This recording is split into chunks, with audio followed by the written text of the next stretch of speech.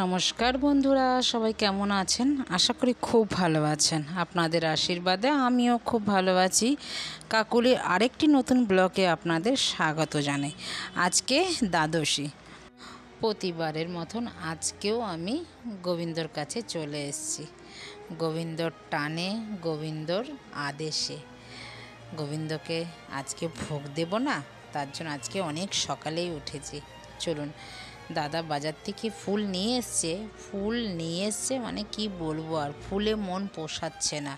না দিয়েছে দুব্ব, না দিয়েছে তুলসী পাতা, না দিয়েছে বেল পাতা, কিছুই দেয়নি, কিন্তু ভালো মতন কড়িখানা নিয়ে নিয়েছে। তো চলুন এখন দুব্ব তুলে নিই। আমার গাছে, আমার বাগানে যখন আছে আর চিন্তা নেই। গোবিন্দ নিজেরটা নিজে কিন্তু ভালো জোগাড় করতে পারে, জানেন।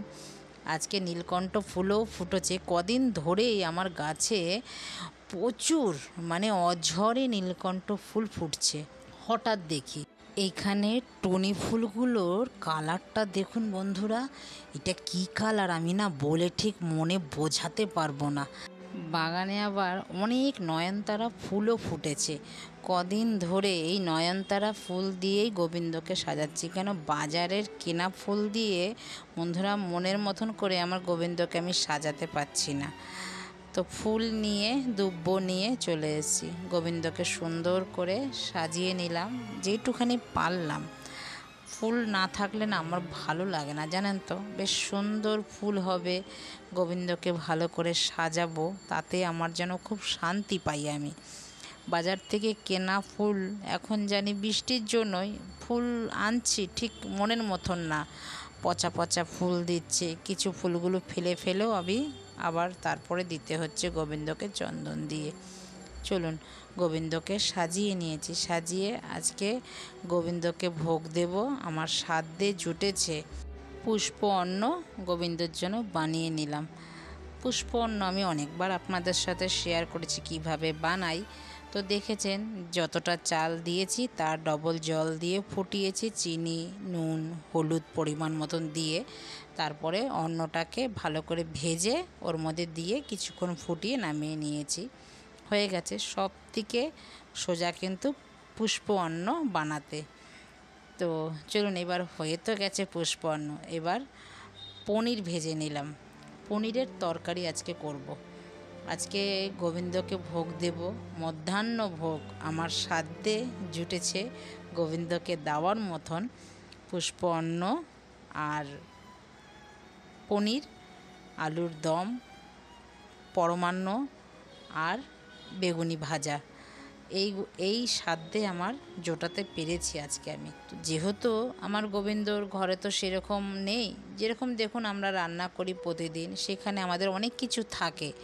তো এখানে না মিক্সি আছে, না পাটা আছে, না কোনো কিছু আছে। সবই এই কেটে নয় কুড়িয়ে নয় গুঁড়ো, এইভাবেই কিন্তু গোবিন্দর ভোগ রান্না করি। তাতে কিন্তু কোনো অংশে কম স্বাদ হয় না বন্ধুরা। আমার তো মনে হয় প্রতিদিন এত যত্ন সহকারে যে রান্না করি, তার থেকে কিন্তু গোবিন্দর ভোগ বেশি ভালো লাগে। গোবিন্দর ঘরে এত সুন্দর গন্ধ ছাড়ছে, মন্দিরে ভোগ দিলে যেই গন্ধটা ছাড়ে, আমার গোবিন্দর ঘরে না সেই রকম গন্ধ এখন ছাড়ছে। সব কিছু ঘি দিয়ে বানাচ্ছি। তো আমার পনিরও কিন্তু হয়ে গেছে। চলুন, পনিরটা এবার নামিয়ে নিই। এবার আলুর দমটা বানিয়ে নেব। কড়াইটা ধুয়ে আবারও বসিয়ে দিলাম, আবার একটু তেল দিলাম, একটু তেজপাতা, লঙ্কা, গোটা গরম মশলা দিয়ে এবার আলুগুলো ডুমো ডুমো করে কেটে নেওয়া দিয়ে এবার ভালো করে একটু ভেজে নিলাম। সবই দেখুন এই কুড়িয়ে দিচ্ছি আর নয় কেটে দিচ্ছি। টমেটোও কেটে দিলাম আর লঙ্কাও একটু চিড়ে দিলাম, আদা একটু কুড়িয়ে দিলাম, দিয়ে ভালো করে এবার কষাবো। কষিয়ে একটু সামান্য একটু নুন দিলাম, একটু চিনি দিলাম, একটু হলুদ দিলাম, আর আলুর দম মশলা, গুঁড়ো মশলা পাওয়া যায়, রেডি মশলা, সেটাকে একটু দিয়ে ভালো করে একটু জল দিয়ে নেড়ে একটু ঢেকে দেবো 2-4 মিনিট। নামানোর সময় একটু গরম মশলা আবার গুঁড়ো দিয়ে একটু ঘি দিয়ে নামিয়ে নেব, তাতে খুব ভালো হবে। দেখুন একদম নেড়ে নেড়ে একদম নামানো আগে অবধি আমি কষালাম। এবার নামানোর আগে একটু ঘি দিলাম। ঘি দিয়ে একদম অল্পই, সামান্যই, আমি ভোগ খুব সামান্য বানাই, তো হয়েও কিন্তু গেছে। তো চলুন, আমার আলুর দমও হয়ে গেল। আমি আলুর দমও এবার একটা বাটির মধ্যে উঠিয়ে নিলাম। এবার একটু বেগুনি ভেজে নিই। বেগুনি বলতে ওই পাতলা পাতলা করে বেগুনগুলো কেটে নিয়েছি। এখনকার বেগুনের মধ্যে তো খালি পোকা, কিন্তু আজকের যে বেগুনটা দাদা বাজার থেকে এনেছে কিন্তু খুব ভালো। এই সময় আগে আমার গাছে কত বেগুন হয়েছিল, এখন এত বৃষ্টির মধ্যে একটা গাছ বন্ধুরা টেকাতে পারেনি। যা গাছ ছিল বাগানে সব মরে গেছে। আর এত বৃষ্টিতে তো থাকেও না গাছ, গাছের গোড়া পচে গেছে। অনেক চারা আমি দিয়েছিলাম, বসিয়েছিলাম চারা, একটা চারাকে আমি বাঁচাতে পারিনি, নাহলে আমার বাগান এতদিনে সবুজে সবুজ হয়ে যেত। একটা গাছ আমার বাঁচেনি। আর কি করব, প্রাকৃতিক সৃষ্টি, মানুষের সাথে মানুষ পারে, ভগবানের সাথে কেউ পারা যায় বলুন? সে যা নির্ধারিত করবে সেটাই মেনে নিতে হবে। তো এইবার কিন্তু গাছ আমার হয়নি। তো গোবিন্দর ভোগ এবার সাজিয়ে নিচ্ছি। যা যা আমি আজকে বানিয়েছি গোবিন্দর জন্য ভক্তি সহকারে। তো এখানে কিন্তু গোবিন্দর আবার সাজিয়ে আমি আসনটাও পেতে দিয়েছি। গোবিন্দকে আহ্বান করব বসার জন্য। মানুষকে যত্ন সহকারে যেরকম আমরা খেতে দেই দেখবেন, তাতে খুব ভালোবাসে তারা। তো আমি গোবিন্দকেও সেইভাবে দিই। আপনারাও না এইভাবে দেবেন গোবিন্দকে, খুব যত্ন সহকারে, গোবিন্দ তাতে আনন্দ পাবে। তো চলুন, আমি কিন্তু আমার গোবিন্দর জন্য সুন্দরভাবে ভোগটাও বেশ সাজিয়ে নিয়েছি থালাটা। এবার দিয়ে এবার বাকি তরকারিগুলো যা যা রান্না করেছি আজকে সেগুলো বাটি বাটি করে সাজিয়ে নেব, নিয়ে তারপরে গোবিন্দকে দেব। তো চলুন, আমার কিন্তু সব সাজানো হয়ে গেছে। এবার গোবিন্দর কাছে দিলাম, দিয়ে এবার গোবিন্দর কাছে নিবেদন করলাম। নিবেদন করে তারপরে এবার আরতি করব। এবার দেখুন তো বন্ধুরা কেমন লাগছে আমার সাজানোটা। এখানে তো প্রদীপ, পঞ্চপ্রদীপ সব সাজিয়ে নেওয়া হয়ে গেছে। তো এবার পুরো দেখুন কেমন লাগছে। এবার চলুন ভক্তি সহকারে গোবিন্দকে আরতি করি। আপনারাও আমার পাশে থাকুন, আরতিটা দেখতে থাকুন।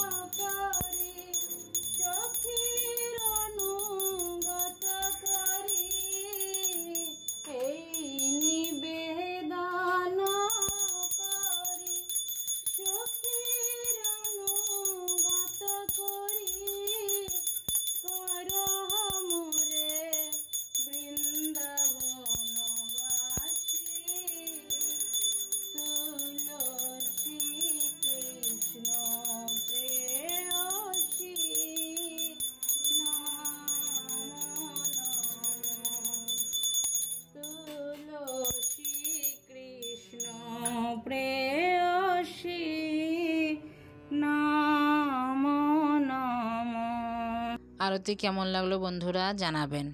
যদি ভালো লেগে থাকে লাইক কমেন্ট শেয়ার করে চ্যানেলটিকে সাবস্ক্রাইব করে আমার পাশে থাকবেন। দেখা হচ্ছে আবারও নতুন একটি ব্লগে। ততক্ষণে সবাই ভালো থাকবেন, সুস্থ থাকবেন। আমার গোবিন্দ সবাইকে যেন ভালো রাখে। আর একটা লাইক কমেন্ট শেয়ার করে জানাবেন। তো দেখা হচ্ছে পরবর্তী ব্লগে। নমস্কার, টাটা।